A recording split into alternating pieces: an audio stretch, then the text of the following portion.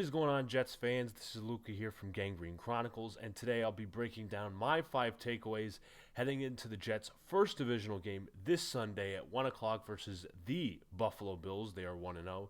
The Jets will be coming into this game 0-1, having yet to win a game. Regardless, before I get into the breakdown, hit that like button, subscribe, turn on the notification bell so you know when I go live or drop a new video. Also, feel free to share this out and comment down below your thoughts. Regardless, let's get into the breakdown. So starting with takeaway number 1, that being, can the Jets secondary rebound from a shaky debut? There's some new pieces, Andre Cisco, Brandon Stephens, Tony Adams being a constant with the Jets roster for the past few years, but we'll start out with Brandon Stephens, and Stephens was largely responsible for last week's collapse against the Pittsburgh Steelers. Stephens didn't only have 1 but 2 pass interference penalties. He gave up a touchdown or 2 as well. The biggest problem with Stephens, and I mentioned it in my last video, and this has been a constant criticism of him throughout his entire career, is the lack of ball skills, the lack of ability to turn around and find the ball. He's good in man coverage. It's not like he has a speed issue or a physical issue, but it's about his eyes, seeing where the ball is, finding the ball, and if he doesn't find the ball or gets scared that a receiver is going to beat him one-on-one, he instantly grabs and holds. He cost the Jets twice last week with 2 pass interference penalties, although he did earn praise from Aaron Glenn this week. Glenn speaking glowingly about him, liking Stephens, and saying as well that he does need to improve his ball skills. So Stephens having a bounce-back week is key, but if the Jets falter with Stephens as the number 2 corner and Josh Allen continues to target him, should the Jets replace him and bench him for possibly rookie Azariah Thomas? So the 2 other pieces to the struggling secondary the Jets had last week, you could also add 3, which includes Michael Carter II, was Tony Adams and Andre Cisco. And a large part of the secondary struggles was some of the zone concepts with the lack of communication between the linebackers and the safeties on some of the over-the-middle routes, especially throughout the fourth quarter as well. But Tony Adams, I remember there was a specific play, I believe it was 3rd down, the Jets had Steelers in 3rd and long, and Rodgers threw to Metcalf in the flat. Tony Adams, had he taken the right angle and tackled with the right technique, would have taken the Jets off the field. But the Jets, I should say Tony Adams, instead took a bad angle to the ball, bad angle to Metcalf, and Metcalf was able to sprint freely down the field for plenty of more yardage. Eventually, the Steelers would score on a Ben Skoranek touchdown, so the Jets cannot have these errors in terms of tackling weak angles. Tony Adams has to play better, and you never know. Maybe he's on the hot seat with Malachi Moore lurking on. Same thing goes for Andre Cisco. He had a bad week last week in coverage as well. He also missed a tackle or 2. Also, to mention, on that deflection with DK Metcalf, how was Andre Cisco not able to catch the ball late in the fourth quarter? Pass was originally deflected off DK Metcalf by Sauce. Cisco was right there, but somehow he did not see the ball or took a bad angle to the ball in which Jonnu Smith deflected it, back up into the air, and Metcalf was able to grab the ball for a very lucky Steelers first down. But regardless, the Jets are going to need better secondary play from Cisco, Adams, and Stephens moving forward, and I'm curious to see how long a leash Aaron Glenn has for these players. Moving from a negative to the positive, the Jets' offensive line, the offense was a huge success last week outside of the 2-point conversion scenarios, but they will be facing a Bills rushing defense who gave up 238 yards on the ground last week versus the Baltimore Ravens on Sunday Night Football. Now, we get it. Lamar Jackson is a hell of a better quarterback than Justin Fields, and Derrick Henry is a hell of a better back than Breece Hall and Braylon Allen and all these different guys.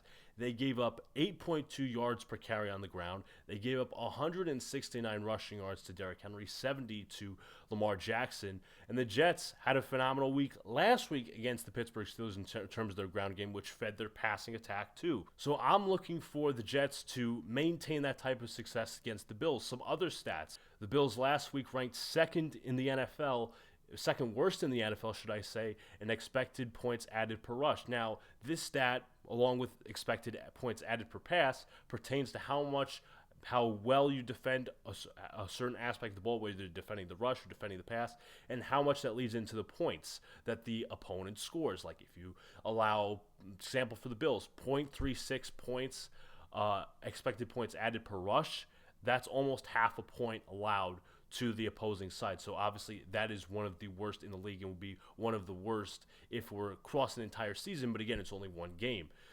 And something that I read up on as well, the Bills also bit on a lot of the read options. I'm curious to see who adjusts first, whether it's the Jets or the Bills. Will the Bills keep biting on pump fakes, or are they going to go back and watch the film and see how to bite less and expect basically crowd the box for Justin Fields? Bills passing defense, they were better than the rushing defense. They gave up 209 yards through the air to Lamar Jackson on just 19 pass attempts, which is 11 yards per pass. But keep in mind, folks, yes, this is one game, but also they didn't have the Lamar Jackson and the Baltimore Ravens didn't have to throw over the ball as much because they had 238 yards on the ground. So another stat, expected points added per pass, fourth worst in the NFL among teams last week.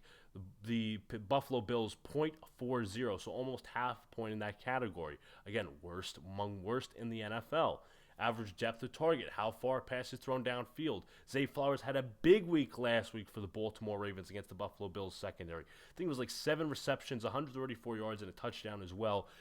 9.11 yards average depth of target for the Buffalo Bills. On the plus side, they were able to get to Lamar Jackson twice, and there was plenty of pressure coming from Joey Bosa and Gregory Rousseau.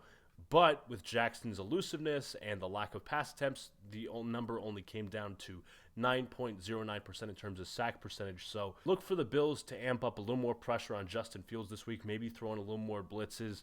We'll see what happens there. But the Jets also have to become prepared to see what the Bills are going to throw at the New York Jets in terms of disguised coverages and blitzes, because the Bills, even though they were bad last week for the most part, and they did add some blitzes in the pass game and all that, if the Bills are able to stop the Jets running the football, they're going to blitz more on the Jets. It's going to put more pressure on the Jets' pass protection. And with Jets' pass protection, 2 key matchups to watch. TJ Watt versus Armand Membu. Membu didn't allow a single pressure last week against Watt. He stonewalled Watt twice. Olu-Fashanu, for the most part, had a good day. He did allow a sack, though. So then coming into this week, the key matchups. Joey Bosa versus Olu-Fashanu on the left side. You have Gregory Rousseau versus Armand Membu on the right side. And looking at some of their stats as well, 0.39 expected points added per play for the Buffalo Bills overall defense. So it could obviously get better, but it was last week's stat, and it's only one game. Also, opposing success rate as well. The Baltimore Ravens were successful 50% of the plays, which was one of the best in the NFL on the offensive side of the ball. But for the Bills on the defensive side of the ball, it was one of the worst. Number 3, do not shoot yourselves in the foot. I'm talking about penalties. I'm talking about turnovers. Let's start with the errors that cost the Jets the game last week. You had the Quincy Williams personal foul out of bounds penalty on Caleb Johnson. 15 more yards. The Steelers, I believe, went to score on that drive, actually. Brandon Stevens, not 1 but 2 pass interference penalties. That second pass interference brought the Steelers nearly into field goal territory and basically gave them more momentum to drive down the field and kick the game-winning field goal. Xavier Gibson, who is no longer on the team, big fumble in the fourth quarter, which gave the Steelers more momentum. And Aaron Glenn said, quote, "We have to be a more disciplined team.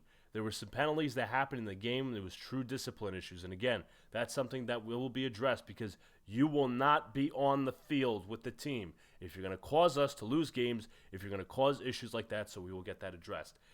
In terms of turnovers, the Jets obviously had, I believe, 2 turnovers. The last one was the turnover on downs to end the game, but you also had the Xavier Gibson fumble. And must I say, I think Aaron Glenn did a great job with cutting Xavier Gibson. That was the whole Jets organization. They set a tone. They made an example out of Gibson, and it sends a message to the locker room basically saying, if you screw up like this and cost us games, you're going to be either not getting playing time at all or you're going to be out of here. I think the Jets have to take this into notice, because the Bills last week against the Baltimore Ravens came back from 15 down in the fourth quarter and less than 5 minutes to go. Here's a fun fact. With 4 minutes and 48 seconds left, the Bills were down 15 points and had a 0.9% chance to win the game. It's any given Sunday, folks, and that Derrick Henry fumble cost the Ravens large, and the Bills marched down the field to kick the game-winning field goal. You cannot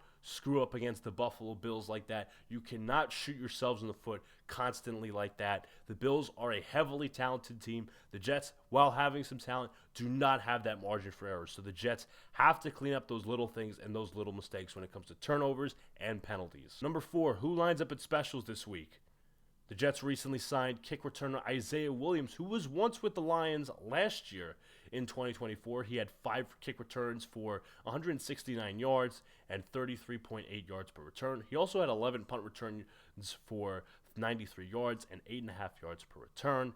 Arian Smith did have a return last week for the New York Jets. I believe that was the possession immediately after Xavier Gibson fumbled. Smith returned it for 31 yards. Last week he had 1 return. So I'm curious to see whether Williams lines up on A, punt returns, or B, kick returns, or a matter of both. I deem that very unlikely. Arian Smith, is he going to be on punt returns? Are they going to bring up Jamal Pritchett? And I'm saying this without mentioning one name, Kene Nwangwu, who has been on the injury report with injuries. He injured himself against the Steelers last week, wasn't able to return. That's why Xavier Gibson got more of the returns. Obviously, it was a downside, but the Jets are going to have to beef up their return game with the acquisition of Williams. And will Arian Smith play on specials? Also, maybe look for Isaiah Davis to possibly do some punt returns as well. Last but not least, I'm looking at the Jets' mindset. This is a critical game for the New York Jets. They lost last week against the Pittsburgh Steelers, which was a very winnable game. Now you face Buffalo, your divisional opponent, and these games are crucial. The Jets really haven't been good at beating divisional opponents the last few years, especially under Robert Saleh. But regardless, it always seems to me these past few years, and I mentioned these past few years, the Jets always play the Bills close. Josh Allen always seems to turn over the ball a few times at least versus the Jets. The Jets are always in these games versus the Bills, aside from maybe like 2021. The Jets won in 2022 in November, in that close game with Zach Wilson leading the way, and the ground game, and the defense. Yeah, Josh Allen turned over the ball 4 or 5 times against the Jets week 1 in 2023. In 2024, the Jets would have won had Greg Zuerlein not missed a few kicks. So the Jets, not only this is an important divisional game for them, but they have a chance to secure first place. Obviously, it depends on what the Dolphins and the Patriots do. Those 2 teams are playing together this week.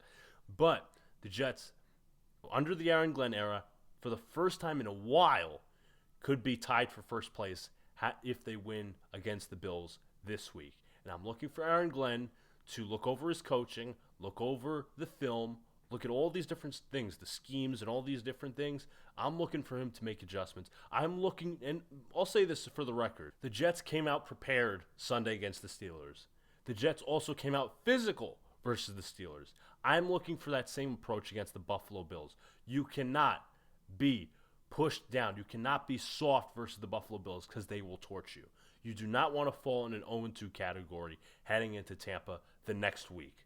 The Jets securing a win and being 1-1 in these first 2 games is ever so crucial, especially for a new young staff and especially for the morale of the fans. So to conclude this video, I have the Jets losing 17-30 to the Buffalo Bills. The Jets will be 0-2. The Bills will be 2-0.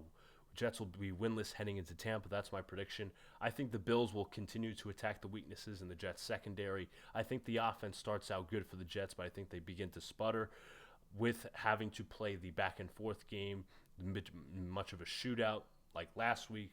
But I think the Jets are a little less successful against the front of the Buffalo Bills. Anyways, if you guys haven't already, hit that like button, subscribe, turn the notification bell so you know when I go live or drop a new video. Also, comment down below your thoughts and your predictions. Also, share this out to your Jets fans, friends, and family. Without further ado, folks, I'm out of here. Go Jets. Let's hope for a win on Sunday.